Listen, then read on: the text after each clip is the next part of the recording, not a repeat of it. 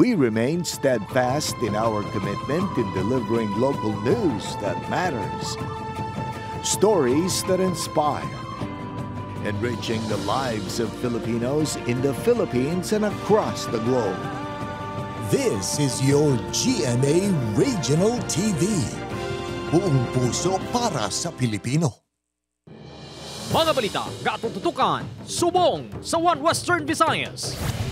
Pila ka mga residente sa Iloilo City na pilitan na lang ang magbakal sang tubig bangod sa pagninit sang tubig sa mga bubon. Inaligar petisyon sang kapulisan bato kay Colonel Palomo pag-aimbestigaran sang PRO6.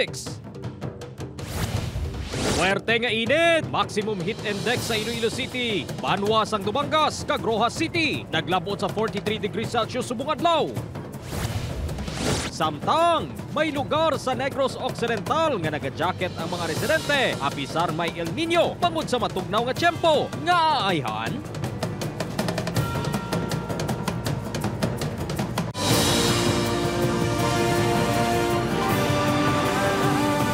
Ini ang GMA Regional TV 1 Western Visayas.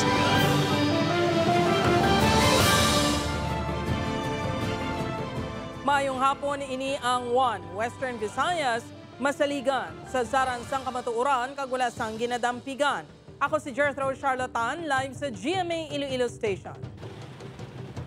Magadulong sa inyo sang pinakadako ang komprehensibo nga mga balita sa Kabisaya nakatungdan. Ako naman sa Iren Prietos live diri sa bahin sang Barangay 16, Bacolod City.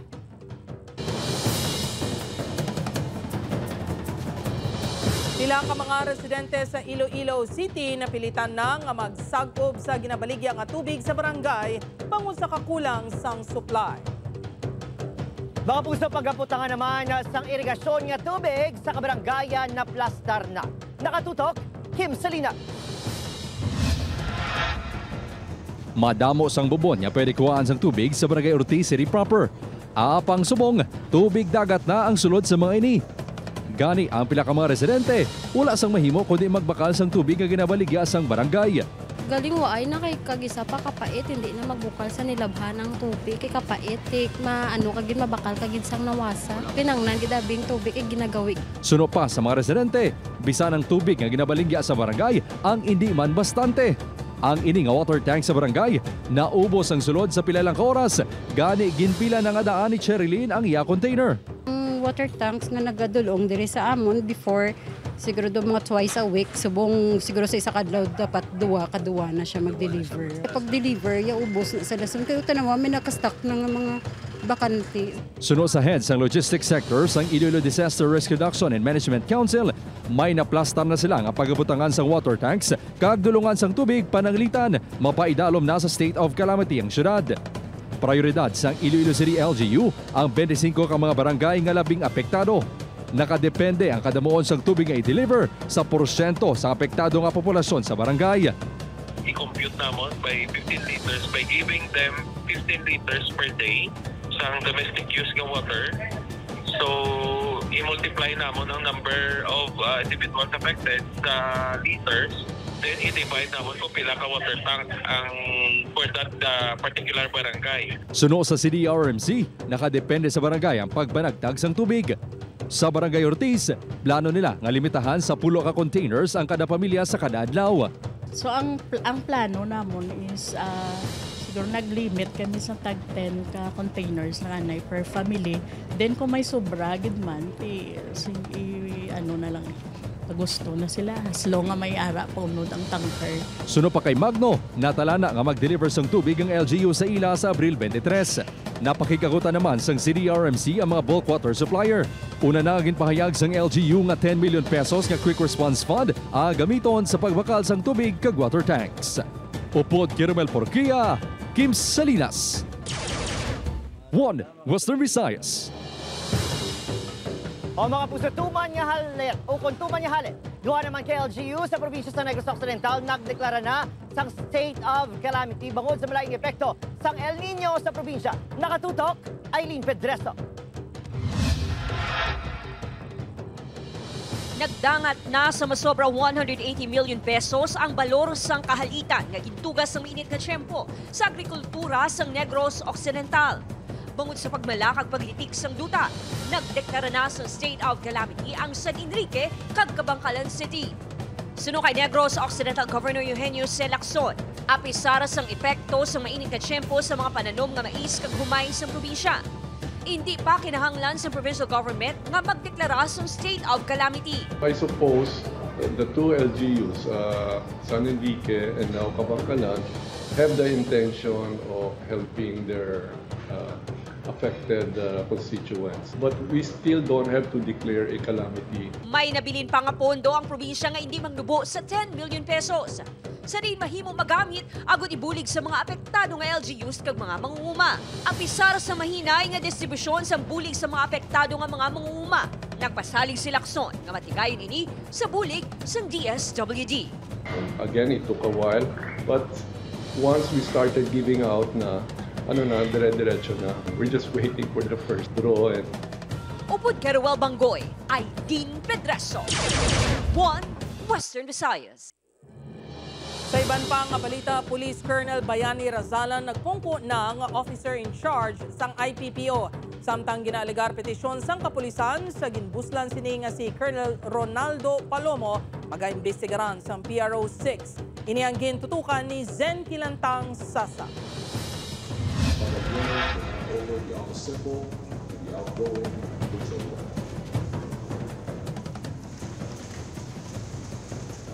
Formal na nga ginbuslan ni Colonel Bayani Razalan si outgoing IPPO Provincial Director Colonel Ronaldo Palomo. Ginpatigayon ang turnover ceremony sa Iloilo Police Provincial Office kainasang aga. Ang officers just come and go, wala tamawalan. Ang sa gobyerno abi, there is no permanent in the government, no.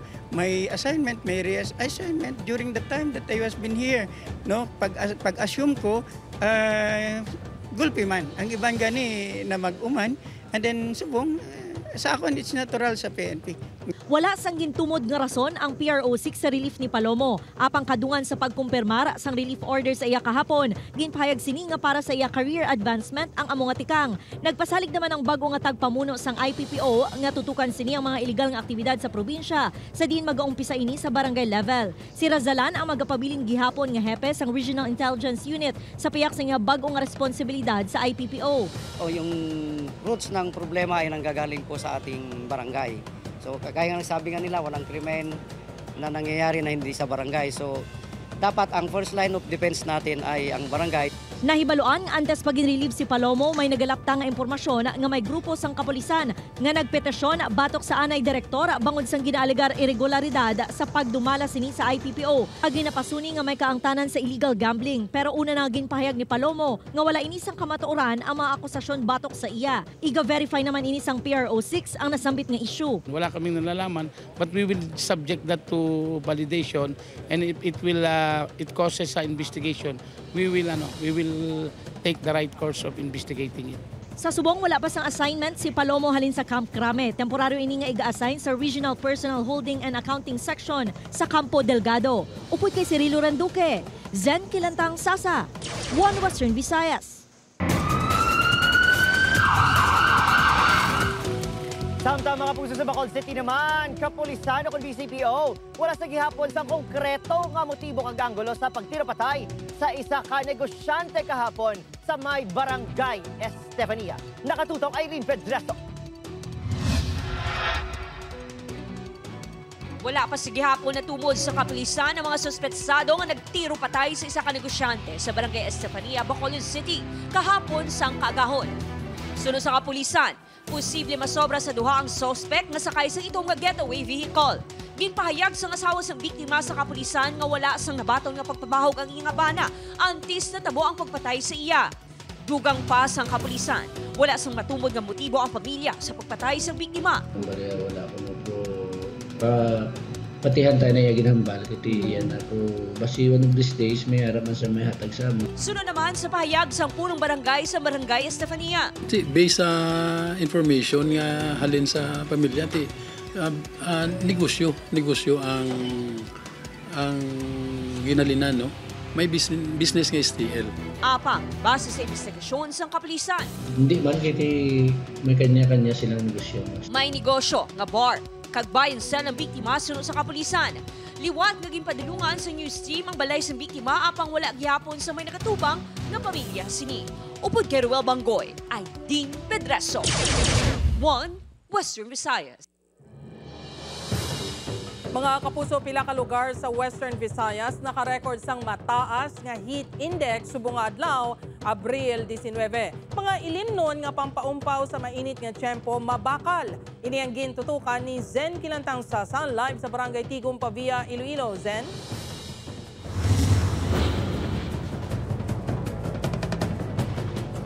Dirt, half day lang ang klase sa mga estudyante diri sa Pavia bangod sa nga mainit nga tiyempo. Ang mga ini may kanya-kanya nga diskarte kung paano mabulong ang ila kauhaw. Naglabot sa 43 degrees Celsius ang maximum heat index sa Roa City, Capiz, Iloilo City kag Dumangas, Iloilo base sa forecast sang pag-asa subong nga adlaw. Nabatsyagan ang tuman nga kapaang kainas ang aga. Gani ang mga estudyante diri sa Banwa sang Pavia, temprano pa nga ginbuy-an sang ilang mga maestra. Bangod half day lang ang klase pagwa sa classroom. Diretso na ang mga ini sa pagbakal sa matugnaw nga ilimnon nga makapaumpaw sang ila kauhaw. Itong palamig lang. Magdala lang ka payong kagkalo. Nangin mabakal ang baklanay sang melon juice, lemonade kag pandan salad. Sunod sa mga manugbaligya, halos ginapangita sa mga customer ang pampabugnaw sa ila tutunlan bangod sa epekto sang tuman kainit. Bisan malasay ang juice basta may ice, sigurado nga mangin mabakal. Sa presyo nga 5 tugtog na 10 ka pesos, may cold juice ka na. Mabakal siya ma'am, tapira ka makatimpla, 3. Amo dyan pirmi ang ginahimo ko nga ay juice. Kaya bisan kwan lang, basta duro ice. Para pang tubig la. Pang pansanda nga uhaw. Mga kapuso, swak sa mainit nga tiyempo ang ice cream, ilabi na sa mga kabataan. Nakaupo mo sa ma'am? Bete lawan, tabi kayo daw kainit, kede. The best. Panugyan sa mga health experts sa publiko, mag-inom sa madamo nga tubig kag magsuksok sa mga mamag-an nga panapton agud makalikaw sa heat stroke kag heat exhaustion.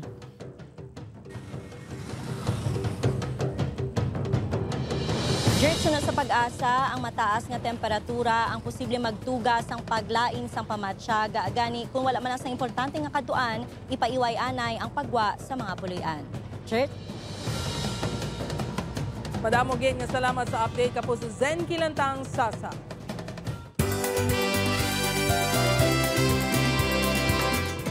Ba mga puso, puwerte, exciting, for sure nga mangin memorable gid ang 42nd Pasalamat Festival sa presensya nanday Jason Abalos, E.A. Guzman, kag Zonia Mejia sang Lilet Matias Attorney at Law, ubay kag si Pepita Curtis. Update sila mga kapuso sa ating Kapuso Fiesta sa April 26, 8 p.m. sa La Carlota Festival Park sa may La Carlota City. Samtang mas mangin malipay naman ang pagsaulog ng selebrasyon sang kinalipay sa Isabela sa bunga 2024. Kinibangod makiselebrate ang atong Kapuso Stars gasanday Prince Clemente sang Black Rider, Bruce Roland sang asawa ng asawa ko kag patikihan na Priscilla Scalpecto. Bantayan sila sa atong Kapuso Fiesta sa Socio-Cultural Center sang Banwa sa April 25 alas 8 sang gabi. Mga kapuso, updanay kita this coming April 24 to 27 para sa amon nga third kinalipay sa Isabela and ang amon nga Panagbion Festival. With kita, we welcome you back to the sweetheart of Negros.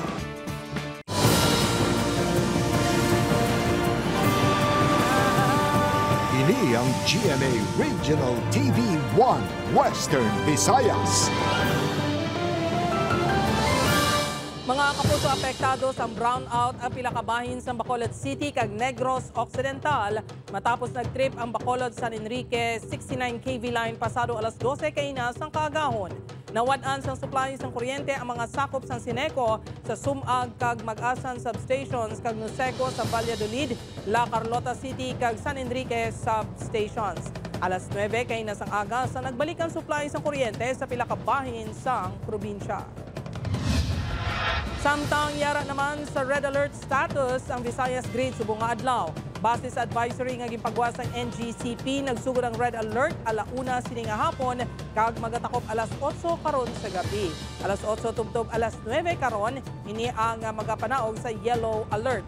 Ikaapat na nga adlaw nga yara sa red kag yellow alert status ang Visayas grade rason nga ginapakinot ang mga konsumidor kag ginapaalerto sa posible manual load dropping. Samtang lauman naman sa Domingo, Abril 22 ang power interruption sa pila ka bahin sa probinsya sa Iloilo kag Capiz. Alas 5 tubtob alas 7 sa aga kag alas 4 sa hapon tubtob alas 6 sa Kasisidmon. Madulaan sa kuryente ang mga konsumidor sa Ileco 3 sa Iloilo kag Capelco sa Capiz bango sa ipatigayon nga load transfer sang NGCP. Para makita sa sufficient nga supply when it comes to the actual demand. Pero ang iyang ang surplus or ang reserve, amo nang medyo manipis na or nag-low. Amo na ang ginalantaw natin Mayo kay may generation deficiency gitman, no?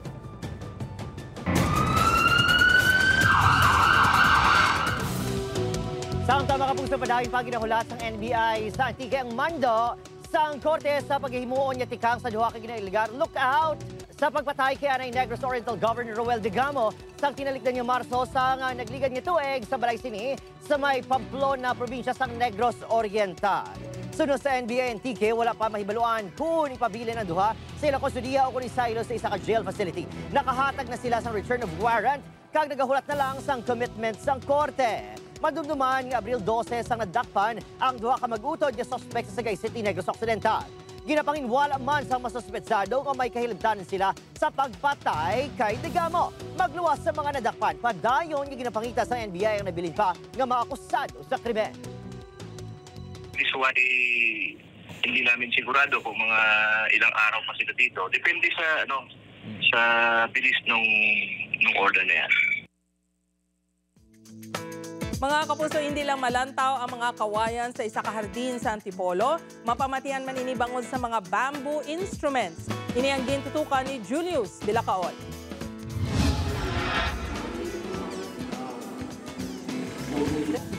Nagikan sa Metro Manila, ginpadulungan sang grupo nga YMCA Manila Gold Triangle Club ang Carolina Bamboo Garden sa Antipolo City para testingan ang bamboo organ sini nga makitaan sa Ila Bamboo Museum. Ang bamboo organ napakaganda at authentic talaga at saka first time to see a real bamboo organ.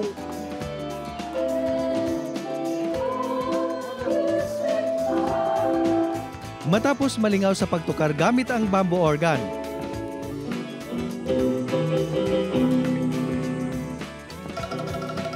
ginpabilib naman sang YMCA Himig Kawayan Angklong Ensemble ang tanan sa pagtukar sang angklong.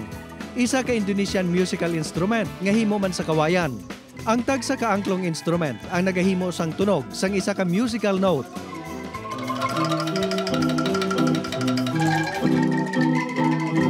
Pampahaba ng buhay, bawas stress. Music is the language of the soul and this is part of our language. Playing together, expressing ourselves, makes us happy. Galing nila. Talagang very interesting.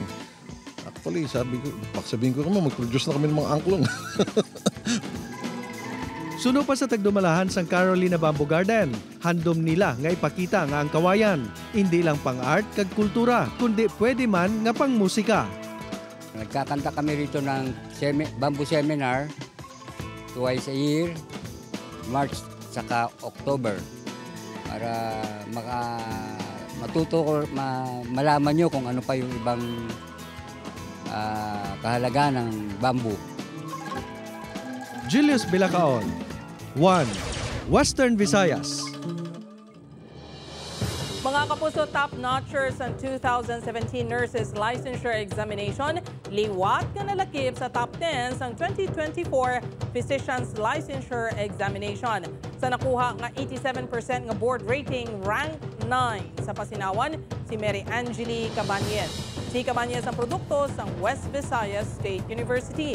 Nagpanguna sa pasinawan si Christopher Nino Dwayne Mendoza sa Matias H. Aznar Memorial College of Medicine Incorporated, Cebu, nga nakatigayon sa 89.25% nga board rating.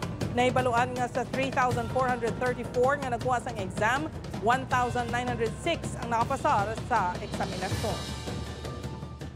Mga kapuso, mag-aumpisa na ang bagong proof of purchase promo sa GMA, ang Kapuso Big Time Panalo. Pumalakal man o kung sari-sari store owners, pwede magpadala sang entries kag may chance na magdaog sa dalagko nga premyo. Over 8 million pesos ang iga panagdag. Kalakip na ang duha ka 1 million pesos para sa lucky customer kag sari-sari store owners sa grand draw. Isa man sa dapat bantayan ng dance music videos ang network promo, kaupod ang mga talented nga athletes na gikan sa mga eskwelahan kag universidad nga miyembro sang NCAA. Ang official sending of entries sa magasugod sa April 27 kag magatakop sa July 5, 2024. Magluwas sa participating Mercury Drug branches, GMA regional TV and radio stations, pwede man maghulog sang entries sa select outlets sa Pure Gold nationwide. Maghalong sa fake news, fake Facebook accounts or scam texts. Tutok lang sa GMA ukon magbisita sa official Facebook page kag microsites ang GMA promos para sa complete mechanics kag announcements.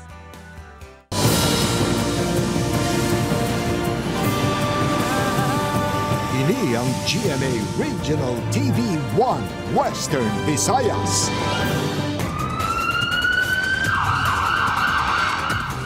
Ginpasaka na sa Molo Police ang reklamo nga murder sa Iloilo City Prosecutor's Office batok sa mga suspect sa pagpatay kay Zaldimir Hiliega sa Barangay Boulevard, Molo sa nagligad nga semana. Kabahin sa mga ginkasuhan ang ginatudlo gunman nga si alias Bulldog kag wapagid ka kaugdanan sini nga nagserbe point man kag isa ka babae nga spotter. Isa sa mga anggulo nga ginalantaw sang kapulisan nga kabangdanan sa insidente ang angos sa illegal nga droga. Ang biktima kag suspect ang lunsay na kaagi preso bango sa kaso sa illegal drugs. Sakay sa motorsiklo ang biktima sang ginbantayan sa suspect kag gintiro.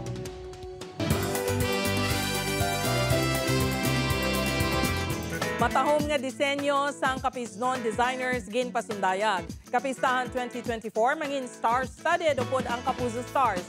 Ini ang gintutukan ni Tess Cordales. Mga kapuso, let's dance to the rhythm sa Sinaut Festival 2024. Kapuso Kapuso Stars. Ubdanta sa Kapuso Fiesta sa riyasawa ng asawa ko star Martin Del Rosario, Black Rider star John Lucas ug Angela Alarcon. Sa Webes na ina, April 25, 8 p.m. sa President Rojas Public Plaza. Matahom nga mga obra maestra sa Kapisnon Designers naman naging pasundayag sa ruwag sa Maracas sa fashion show kung sa rin nagrampa mga hangaway kaglinay sa Capiz sa makasaysayan nga Capiz Bridge. Ang Kapisnon, Abi, is basically fun-loving, so we express our thoughts, ideas, even our emotions through songs and dances. This is the inspiration behind Gaduag sang Capiz. Ang ining fashion show for us is very historic in the sense nga ang venue is the heritage zone of Rojas City.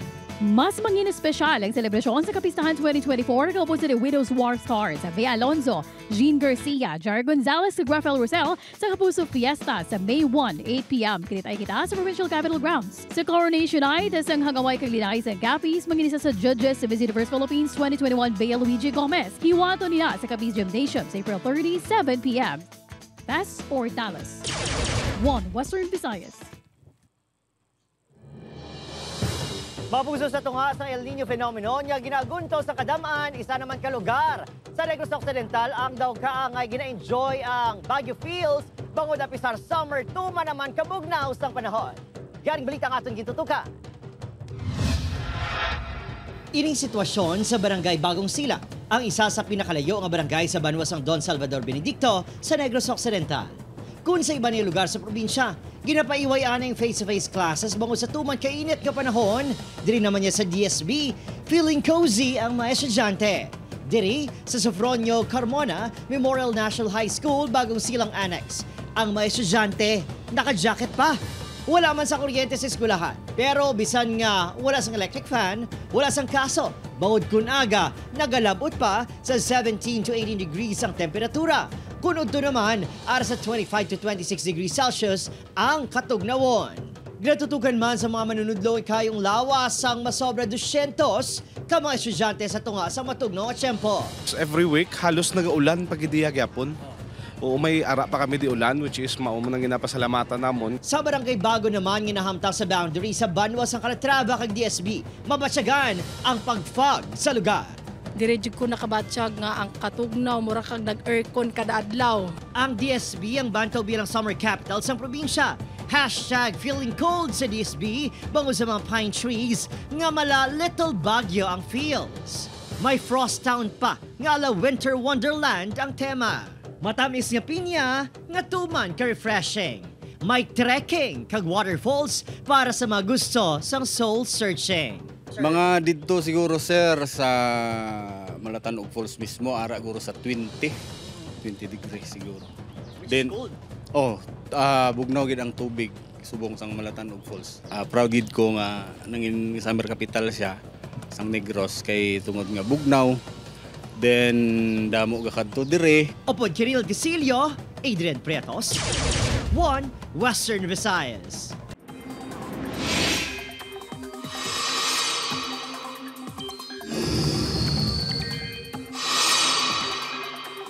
Mga kapusod, ako nga bahin sang pungsod ang maka-eksperyensya sang manami nga tiyempo bangod magluwas sa wala na may nagaluntan nga weather disturbance, padayon man ang epekto sang ridge sang high pressure area.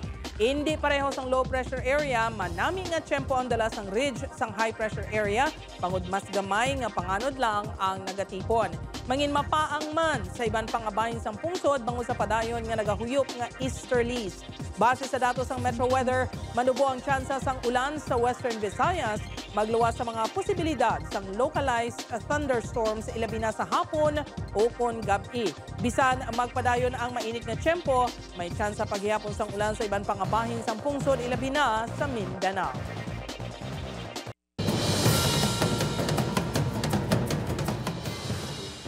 Tresi katawang napatay samtang linibo pagid ka pumuluyo ang stranded sa Kisumu kag Kirinyaga County sa Kenya bangod sa lapnagon nga pagbinaha. Ang baha ang naghalit man sa mga building kag sa mga talamnan. Sa nagligad lang nga semana, nagpaandam na ang Meteorological Services ang pungsod sa pumuluyo nga nag-i-start sa manubo nga mga lugar bangod sa ginapaabot nga paginulan. Hingyo naman sa mga pumuluyo sa gobyerno nga pabaskugon ang mga infrastruktura para mapahagan-hagan ang epekto sa pagbinaha. Nangin atraksyon sa dalanon sang Butte City sa Montana, USA, ang isa ka elepante matapos ini nakabuhi sa isa ka circus. Ang elepante ang ginatawag kay Viola. Ini ang kabahin sang Jordan World Circus nga nagbisita sa syudad. Ginpahayag nga kakulba sa nagalabay nga salakyan ang rason kung nga ini nagpalagyo. Nagbalik man ini sa center nga wala nakatugas ang kahalitan. Sa aton mga kapuso diri sa Western Visayas, nagsubong man sa aton mga kapuso abroad, madamo ginasalamat sa pagtutok. Ako si Adrian Prietos, happy weekend! Kapuso, mag-isa kita kagibalo ng mga balita tungod Local News Matters. Ako si Gertrude Charlotan, ini ang 1 Western Visayas, bugos nga puwersa para sa mas dako nga misyon kag mas masangkat nga pagserbisyo sa pungsod.